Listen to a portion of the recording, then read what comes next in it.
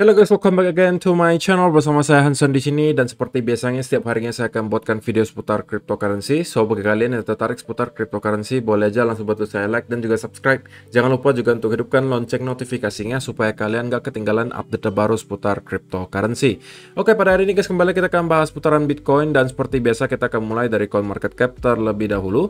Per hari ini secara global market cap crypto berada di angka 1,94 triliun dolar atau turun sekitar 2,59%.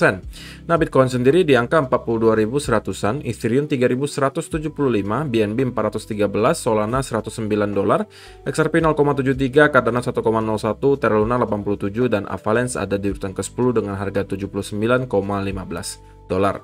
So, per hari ini kita melihat market rata-rata dalam keadaan merah, penurunannya ranging antara 1, sekian persen hingga kurang lebih 8%. So, itu adalah outlook sementara dari beberapa top coin yang ada. Sekarang kita masuk dulu ke beberapa berita dan data terbaru hari ini.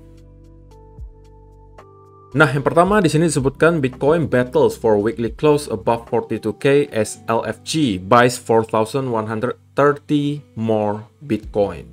Jadi ini juga sejalan ya guys dengan penjelasan saya di beberapa video berminggu-minggu yang lalu juga. Minggu lalu juga mungkin kita pernah bahas bahwa saya pengen melihat Bitcoin itu mampu close masih kurang lebih di area key levels weekly chartnya, dan memang kurang lebih berada di kurang lebih area 42.000 sampai 43.000. Nah, mungkin kita akan bahas lebih spesifiknya nanti di chart ya, apa yang sedang terjadi di weekly close. Dan kalau kita lihat di artikel ini, saya menemukan satu argumen sebenarnya ini yang cukup menarik ya, disampaikan oleh Reg Capital. Dia mengatakan this Bitcoin pullback is a second chance for a lot of people. If you promise yourself that you'll buy Bitcoin when it goes lower and found that you will miss the next uptrend, do yourself a favor and follow your own advice. Jadi ini yang juga sering saya temukan gitu guys, bahwa ketika kemarin Bitcoin itu naik drastis gitu ya, dari 38.000 naik hingga kurang lebih 48.000, rata-rata orang mengatakan apa? Kok saya nggak berani masuk sekarang kok? Saya mending tunggu koreksi aja. Ya kan? Tunggu koreksi ke 45 atau 43 atau 42.000. Nah, tetapi pada kenyataannya ketika dikasih koreksi seperti itu, malah yang terjadi sekarang apa? Kalian malah ketakutan untuk masuk. Dan planning kalian di awal yang mengatakan saya bakalan beli nanti kalau sudah koreksi kok. Nah, ini kalian mulai ragu lagi gitu. Wah, ini saya beli nggak ya? Takutnya turun lagi nih kok. Takutnya ini terjadi lagi nih kok. Takutnya ini, takut itu, takut ini, takut itu. Sehingga apa yang terjadi? Kalian kembali tidak masuk ke market. Dan kalau misalnya market kembali naik lagi ke atas, apa yang akan kalian lakukan? Hal yang sama lagi. Kalian akan mengatakan lagi, kok saya ketinggalan kereta kok. Ini harganya udah terlanjur naik terlalu tinggi kok. Mungkin saya bakalan tunggu koreksi lagi kok. Nah, kalau misalnya kalian selalu mempunyai mindset seperti itu, kalian tidak berani mengambil resiko, ya kalian bakalan selalu ketinggalan kereta. Oke? Dan saya tidak mengatakan bahwa kita pasti akan naik dari sini, tidak. Tapi ini adalah persoalan risk and reward, guys. Kalau kalian merasa trading kalian atau setup kalian menghasilkan risk 1 dan reward 2, atau bahkan rewardnya 3 atau 4 kali lipat dibandingkan dengan risknya, itu adalah sebuah setup yang baik guys. Dan kalian jangan sampai terpengaruh oleh emosi kalian. Dan saya bakalan bahas juga, kalau misalnya kalian lihat secara historis, itu adalah hal yang sama juga yang terjadi. Nanti kita bakalan bahas di chart gitu ya. Dan kemudian kalau kita lihat di bawah, ini adalah walletnya si Terra Luna atau si Do Kwon, dan mereka tanggal 10 kemarin kembali membeli kurang lebih 4.000 Bitcoin guys, 4.000 sekian, dan total yang dibelikan tentunya nggak sedikit ya, ratusan juta dolar guys. Dan sekarang mereka udah memiliki kurang lebih 39.897 Bitcoin dengan total value 1,69 billion dollar. Jadi sampai hari ini pun kita masih melihat Do Kwon sepertinya nggak berhenti ya ngebeli Bitcoin. Mau di harga berapapun, kalau dia ngerasa lagi pengen beli, dia beli gitu. Jadi ya itulah, kalau misalnya orang kaya mah terserah gitu ya, bebas. Dan highlight untuk minggu ini tentunya juga adalah Dogecoin, karena kita melihat Dogecoin kemarin sempat ngepump sedikit ya, dikarenakan oleh Elon Musk, tidak lain dan tidak bukan gitu ya, karena tweet-tweet dia yang selalu memicu kontroversi. Dan kemarin itu ya dia lagi-lagi mengatakan maybe even an option to pay in Doge. Jadi dia mengatakan kemungkinan Twitter akan dapat menerima pembayaran di Doge juga, tapi ini masih tanda tanya gitu guys. Seperti yang disampaikan di sini, maybe even option to pay in Doge, tanda tanya gitu ya. Tapi ya ini mungkin baru sekedar wacana, belum dilakukan. Tapi ya seperti yang kalian ketahui, namanya Dogecoin itu naik biasanya ketika memang ada hype gitu. Dan hype-nya biasa tidak bukan diciptakan oleh siapa? Elon Musk gitu ya. Jadi dia kembali berulah dan ya sepertinya market belum berpihak ke Dogecoin ya, karena baru pump sedikit udah ditarik lalu turun lagi sama Bitcoin. Ya, jadi itulah rekap untuk minggu kemarin. Kita melihat ada pembelian dari Do-Kwon, kita juga ada melihat Dogecoin sedikit ngepump, kemudian juga ya kita udah melihat dip atau koreksi di Bitcoin yang dikatakan oleh Rekt Capital bahwa ini adalah second chance atau kesempatan kedua untuk kalian yang belum sempat membeli kemarin. Apakah kalian setuju bahwa ini adalah kesempatan kedua untuk membeli di harga koreksi, ataukah menurut kalian ini adalah saat yang buruk untuk membeli Bitcoin dan kita akan down lebih jauh mungkin di bawah 40.000? Silahkan kalian komentar di kolom komentar di bawah. Nah, yang kedua juga adalah soal Crypto Fear and Greed Index. Kita kembali akan melakukan update dan per hari ini kita dalam keadaan fear. Oke, kita dalam keadaan fear dan kita sudah berhari-hari harusnya dalam keadaan fear. Dan kalau misalnya kalian perhatikan secara data historis ya, ada sesuatu menarik, sesuatu hal yang menarik yang saya temukan gitu guys, bahwa kita melihat kondisi Crypto Fear and Greed Index dalam beberapa bulan terakhir itu mengalami pergerakan yang sangat zigzag di sini. Berkali-kali kita zigzag di sekitaran sini. Dan ini sama dengan yang terjadi di akhir tahun 2018 menjelang awal tahun 2019. Oke, di sini juga kita mendapati pergerakan yang sangat zigzag di kurang lebih area 50 sampai 10. Oke, hal yang kurang lebih mirip dengan yang terjadi di sini.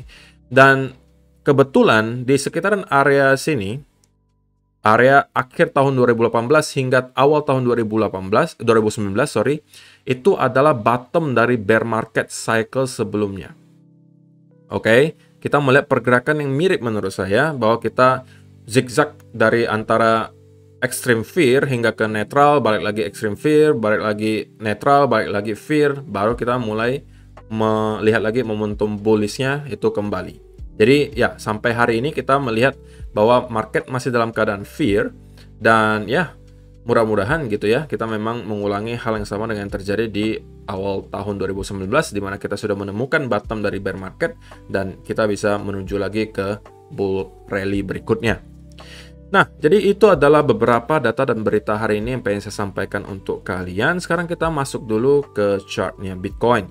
Dan saya pengen melanjutkan sedikit yang tadi saya sampaikan gitu ya. Di artikel pertama disampaikan oleh Rekt Capital, ini adalah second chance atau kesempatan kedua kalian untuk masuk ke market. Dan tadi juga udah saya sampaikan gitu bahwa apabila kalian pernah merasa ya, kalau misalnya kalian pernah merasa membuat kesalahan tersebut, kalian silahkan komentar. Dimana kalian ngerasa ketika harganya terus-menerus naik, kalian nggak berani masuk. Karena apa? Kalian takut kalian beli di pucuk. Kalian bilang apa? Kalian bilang, saya tunggu koreksinya kok, baru saya masuk. Tapi ketika dikasih koreksi, beda lagi ceritanya. Apa ceritanya? Kalian mengatakan, tapi ngeri kok kalau masuk sekarang kok. Soalnya harganya turun terus nih kok. Ini bakalan turun lagi nggak nih? Saya nggak berani masuk deh. Tunggu aja deh nanti. Nah, nanti ketika harganya udah mulai naik lagi tinggi, nah kalian baru bilang lagi, aduh kok saya ketinggalan nih kok, ya kan?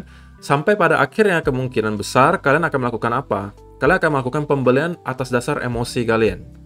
Karena kalian nggak mau lagi ketinggalan untuk kedua kalinya, ketika harganya sudah naik drastis, kalian langsung buy di sana. Yang ujung-ujung kalian belinya di mana? Belinya di pucuk lagi-lagi. Jadi jangan sampai kalian ulangi kesalahan tersebut guys. Nah, kenapa saya tadi sampaikan bahwa saya akan bahas lagi di chart lanjutannya? Karena hal yang sama juga terjadi di bulan Juli hingga bulan Oktober kemarin. Hal yang sama juga terjadi, di mana ketika itu kita mendapati rally dari angka 29.000 kurang lebih hingga ke 50.000. Gitu kan?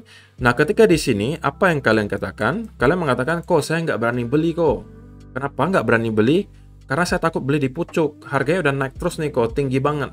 Saya ketinggalan kok. Saya bakalan tunggu koreksinya aja kok. Tunggu koreksi nanti baru saya masuk.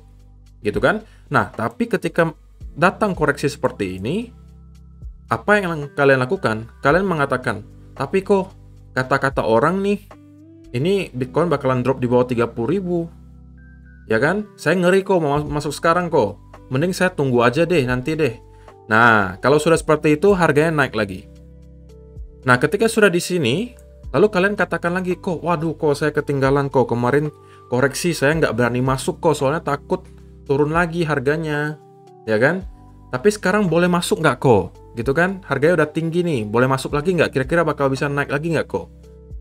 Ya kan? Nah, biasanya udah kalau seperti itu, kalian langsung membeli atas dasar emosi. Hoki-hokian kalau kalian belinya di sini gitu kan, masih bisa dapat cuan sedikit.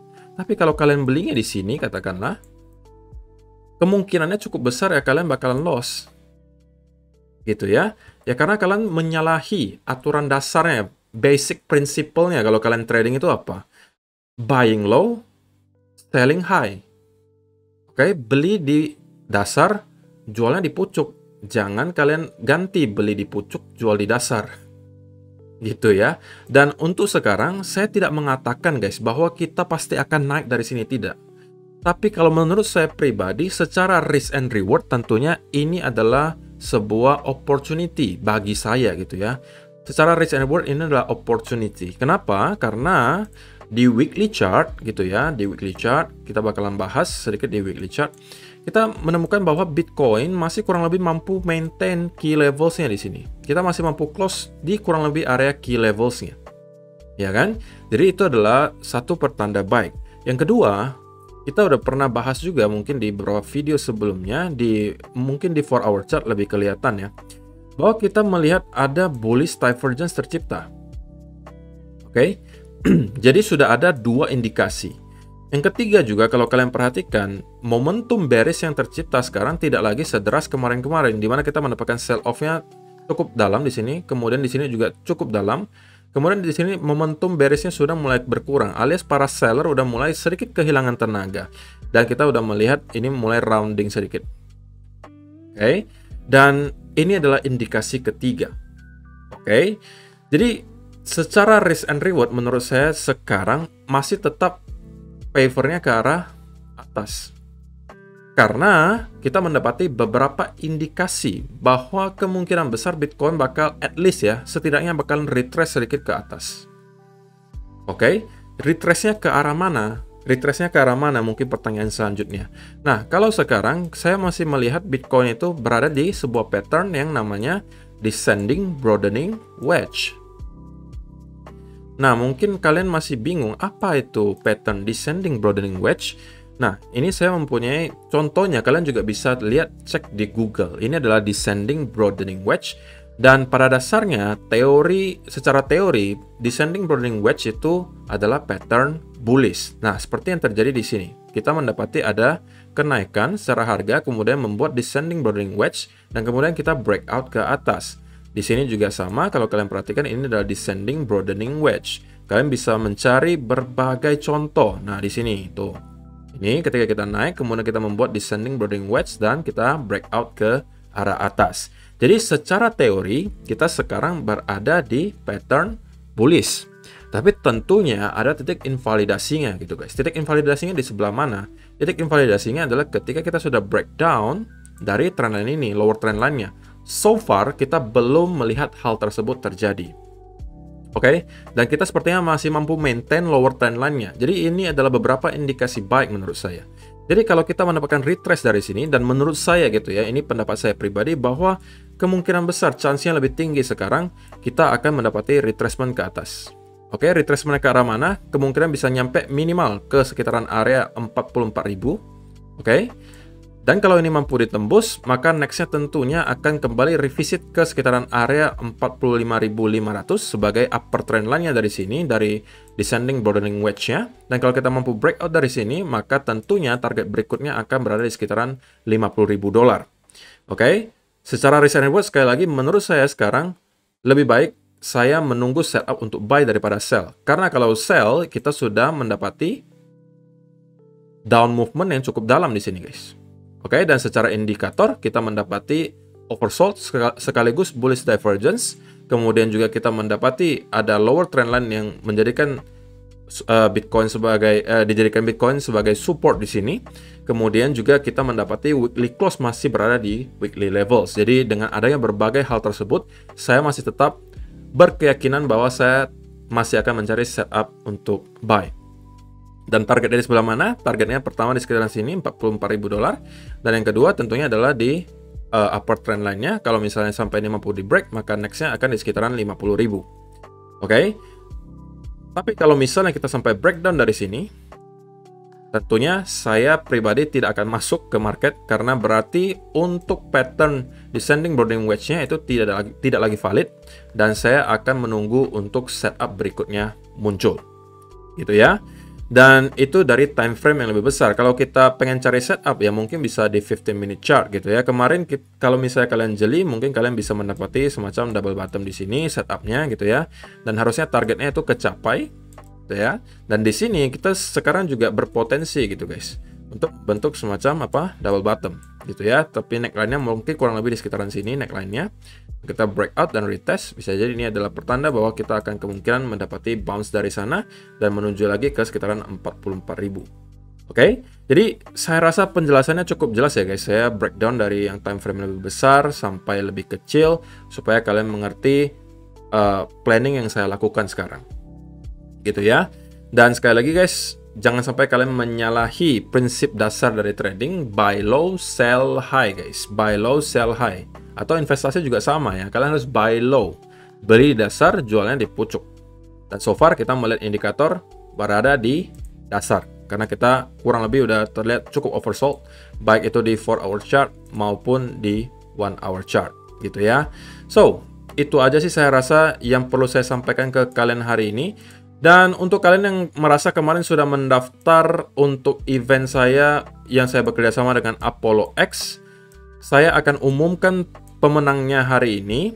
Dan kalau misalnya kalian yang belum sempat masuk ke grup Telegram, silakan kalian masuk dulu ke grup Telegramnya, karena saya akan umumkan list pemenangnya nanti di grup Telegram. Jadi ditunggu aja, mungkin agak siangan atau sore nanti saya akan post di grup. So, terima kasih yang sudah menonton sampai selesai. Semoga bermanfaat video hari ini, dan kita akan bertemu lagi di video yang berikutnya. Bye-bye.